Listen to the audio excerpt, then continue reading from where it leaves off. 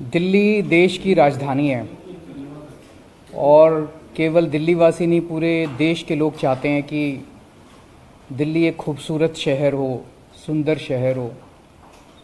दिल्ली वासी चाहते हैं कि सुंदर होगा तो उनको अच्छा लगेगा, वो अच्छे वातावरण में जी पाएंगे। देशवासी चाहते हैं कि बाहर से कोई भी आए तो उन्हें लगना चाहिए कि एक अच्छे देश की अच्छी राजधानी में गए हैं।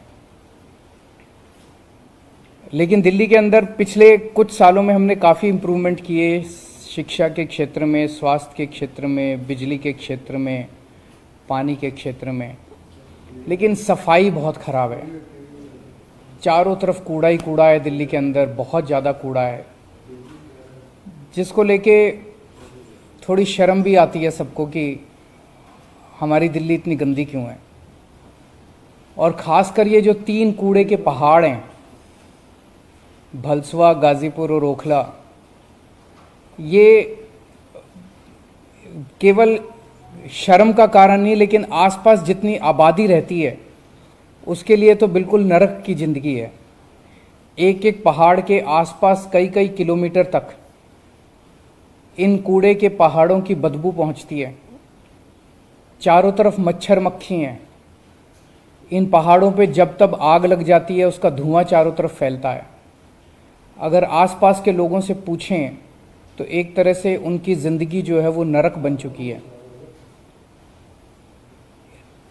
हमें कोशिश तो ये करनी चाहिए थी कि इन तीनों पहाड़ों को ख़त्म करें, और जैसे दुनिया के अन्य शहर हैं, जो डेवलप्ड कंट्रीज़ हैं, वहाँ पे जो सॉलिड वेस्ट मैनेजमेंट की मॉडर्न टेक्निक्स हैं उनको लाके हम दिल्ली में लागू करें। हमें कोशिश तो ये करनी चाहिए थी। वो ना करके आज ये तीनों पहाड़ों की स्थिति ऐसी है कि हज़ारों करोड़ रुपए खर्च करने के बाद भी इन पहाड़ों की डेली हाइट बढ़ती जा रही है, कम होने की बजाय। और अब ये सुनने में आ रहा है कि इन 3 पहाड़ों के अलावा ये लोग 16 और जगहों पे नए कूड़े के पहाड़ बनाने का प्लान कर रहे हैं। आप कल्पना कर सकते हो, अगर 16 कूड़े के पहाड़ पूरी दिल्ली में जगह जगह कोने कोने में बन गए तो लगभग सारी दिल्ली के लोग 24 घंटे बदबू का शिकार होंगे। 24 घंटे आपके घर में बदबू आएगी।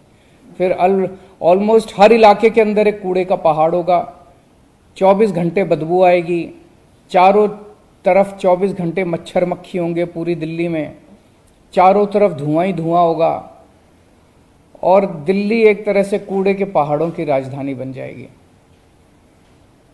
एक तरफ हम लोगों ने दिल्ली में 500 तिरंगे लगाए, आज दिल्ली तिरंगों का शहर माना जाता है, और ये उसे कूड़ों के पहाड़ों का शहर बना देंगे।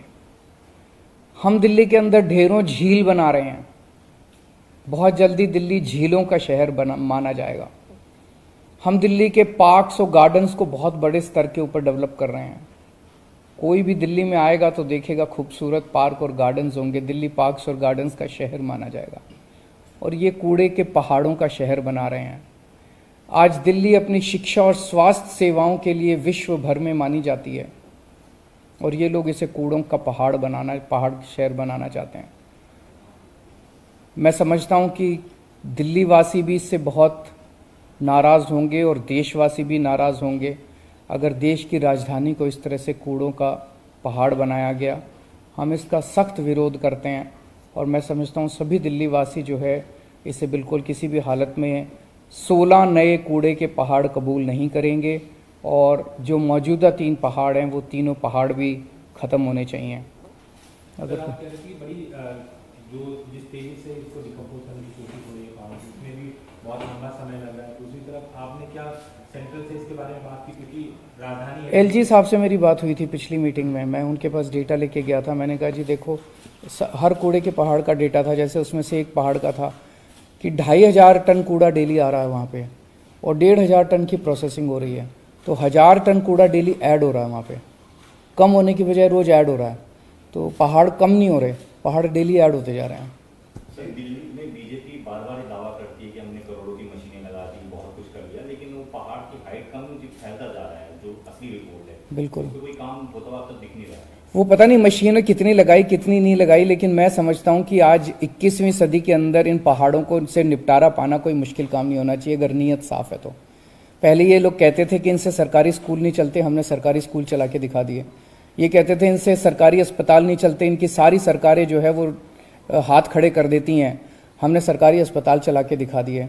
अगर दिल्ली की जनता एक मौका देगी तो ये सारे कूड़े के पहाड़ भी खत्म कर देंगे और दिल्ली को एक खूबसूरत शहर बनाएंगे। अगर एमसीडी में आपकी सरकार आती है तो क्या कोई कितना समय लग सकता है? ये मैं कैलकुलेट करके बताऊंगा। मैं अभी ऑफ कुछ भी बोल दूं चुनाव की वजह से वो सही नहीं होगा। मैं कैलकुलेट करके बताऊंगा और उतने टाइम में आपको कूड़े के पहाड़ साफ कर दूंगा।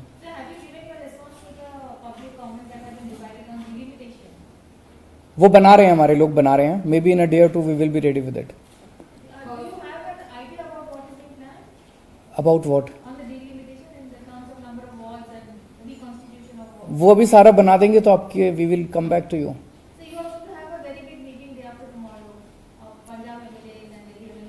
नहीं, वो देश भर के अंदर अब जगह जगह कहीं हमारे सरपंच जीत गए हैं, कहीं हमारे काउंसलर जीत गए हैं, कहीं हमारे मेयर बन गए हैं।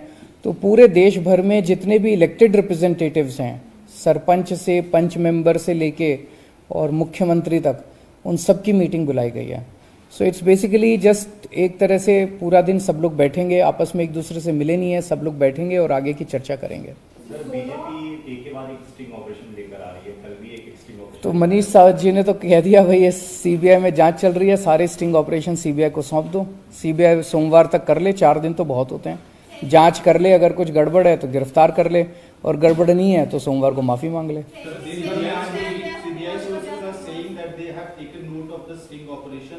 And they are also alleging that there are direct links of this said individual Amit Arora with the people in the excise policy as well as excise. तो करें, फिर करें, गिरफ्तार करें। ये सोर्सेस से, स्टिंग से, मतलब आज तक मेरे को ये समझ नहीं आया कि शराब घोटाला क्या है।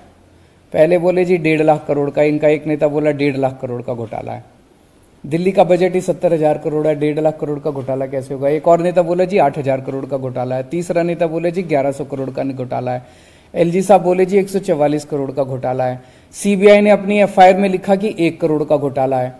और अंत में जब मनीष जी के यहाँ जब इन्होंने रेड मारी तो 1 पैसा भी नहीं मिला, उनके लॉकर में कुछ नहीं मिला। उनके गाँव होके आ गए, गाँव में सारा गाँव वालों से पूछा भी मनीष ने कोई जमीन वगैरह तो नहीं खरीदी, कुछ नहीं मिला। तो घोटाला है क्या? बेसिकली मैं समझता हूं कि केंद्र सरकार को सुबह से शाम तक सीबीआई ईडी छोड़ के कुछ पॉजिटिव काम भी करने चाहिए देश के लिए। देश के लिए पॉजिटिव काम नहीं करेंगे तो देश आगे कैसे बढ़ेगा? 24 घंटे सबके ऊपर बस सीबीआई ईडी, पूरे देश को डरा रखा है, पूरे देश को धमका रखा है। ऐसे देश कैसे आगे बढ़ेगा? कोई गलत काम करे उसको पकड़ो, लेकिन जबरदस्ती सबके ऊपर सीबीआई ईडी, सबके ऊपर सीबीआई ईडी, इस तरह से तो देश आगे नहीं बढ़ सकता ना। ऐसे कैसे देश तरक्की करेगा? आप स्कूलों की बात करो, हमारी प्रेस कॉन्फ्रेंसेस आप देखते हो, हमारी 95% प्रेस कॉन्फ्रेंसेस पॉजिटिव चीजों के ऊपर होती है। कि अभी मैं जा रहा हूं एक स्कूल के बच्चों को, हमारे 1100 के करीब बच्चे जो हैं वो नीट और जेई के पेपर उन्होंने क्लियर किए हैं। बहुत बड़ी बात है। स्कूलों के सरकारी स्कूलों के बच्चे जो है इंजीनियरिंग के, मेडिकल के पेपर पास कर रहे हैं, बहुत बड़ी बात है। ऐसे अच्छा काम करो ना, पॉजिटिव काम करो। जबरदस्ती सबको दुखी कर रखा है इन्होंने। किसकी बात करती रही है? ऑपरेशन लोटस की बात अभी पंजाब से जो खबर है सोर्सेस के हवाले कि कैप्टन अमरिंदर सिंह की पार्टी अब आगे चल के आने वाले दिनों में बीजेपी के साथ में मिल सकती है। इसको आप किस तरीके से कर लें? He is free to do it, इसमें हम क्या टिप्पणी करें? सर, एक और सवाल है, वो ये है, राजकोट में आपकी टीसी हुई थी, उसके बाद में पूर्व नौकरशाहों ने सीसी को पत्र लिखकर ये कहा है कि आम आदमी पार्टी सिविल सर्वेंट्स का राजनीतिकरण कर रही है और आपके ऊपर उनको लालच देने का आरोप है। उन सिविल सर्वेंट्स को ये भी लिखना चाहिए कि गुजरात में बहुत ज़्यादा भ्रष्टाचार हो गया, गुजरात में जहरीली शराब से कई लोग मर गए, गुजरात के अंदर बहुत बड़े स्केल पे ड्रग्स का इंपोर्ट हो रहा है। इनके बारे में भी उनको चिंता करनी चाहिए। Sir, one very interesting development, Tamil Nadu BJP, अब फ्रीबीज की डिबेट चल रही है इस वक्त, और तमिलनाडु बीजेपी ने अनाउंसमेंट किया कि 17 तारीख को मोदी जी के बर्थडे पे वो सोने का अंगूठी बांटेंगे जो बच्चे पैदा उनको बांटने दो।